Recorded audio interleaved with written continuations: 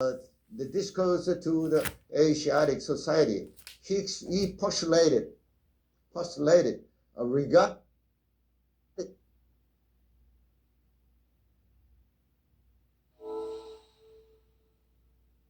I understand. You're explaining that when William Jones was the In the governor of Himalaya India. mountain. In other words, the Himalaya mountain is Mago Kutta, Mago Castle, in other words. Mago Castle, in which our ancestors was lead and governed the nation about a couple of, at least a half a million years ago.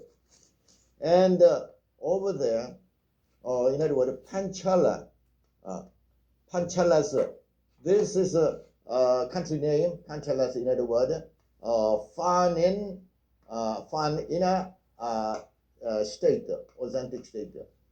The Fanin, this was at least more than 30,000 years ago. And he's a Panchala. This is central part of the Himalaya mountain. And this is the south and the north and the west and east. From south to north, more than 50,000 miles away. In other words, mileage more than 10,000 miles away. And east to west, more than 20,000 D. The mileage more than 7,000 miles from here. This is a vast range of the Himalaya mountain. In other words, this central part of the Himalaya mountain, where the Sanskrit language was created by a king of the central desert, the central part of the Panchala, roughly more than 15 or 20,000 years ago. Since then, these Sanskrit language was originated in middle part of the Himalaya mountain range. Then the language moves away and promulgated to the northern part of the Himalaya mountain. There, after the Buddhism was spread around this country, and the Sanskrit language was highly developed and sophisticated. And right now, today Korean people speak in local dialect, exactly same the Sanskrit language, etymologically speaking, exactly same. This is an academic reference book on Sanskrit, Oxford Sanskrit Language Dictionary. This book was edited only in 19th century, but it took more than 100 years to finish it, to have finished editing this Oxford Sanskrit language. This book is composed more than 15,000 vocabulary, and exactly on page more than each page composed of 10,000 characters. This is a very great, wonderful dictionary. When I study the Buddhism, the word Sadharma Pundarika, it's translated into English. Then I refer to most of the terminology of the Buddhist Sutra. Then, sometime ago, I came across many large number of vocabulary words, Korean dialect, in other words, Saturi, and Jeollanam-do, Jeollabuk-do, Bukhan, all our peninsula.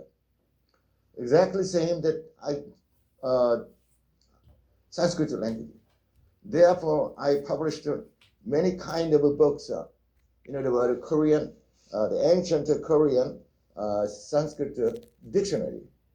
This was, I edited 10 years ago and published and a couple of months ago. and also our the famous king, the King Sejong the Great, he created 훈민정음, Hangul, Korean alphabet, and composed of 28 characters. This was etymologically studied, exactly this Sanskrit language.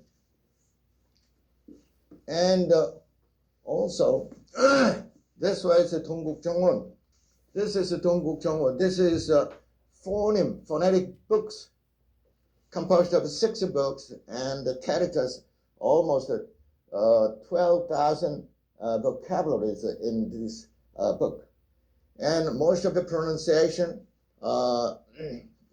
recorded Korean alphabet, Hangul, 훈민정음. This phonetics exactly same Sanskrit language. Interesting. So you're suggesting there might be a connection between Hangul's etymology and Sanskrit? That's a fascinating area of study. What kind of evidence have you found to support that idea? Are there any linguistic parallels or historical connections that point to that?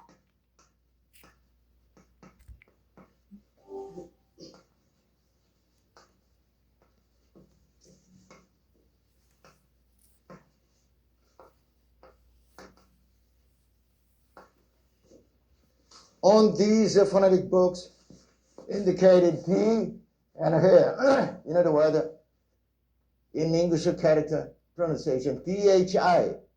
This is apostrophe. And this is Shittam, Sanskrit original alphabet. When I explain this, Tihe, in other words, wisdom. In Sanskrit language, this way, DH.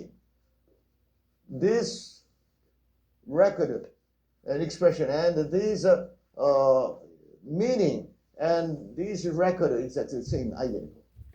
It's exactly conformed to each other.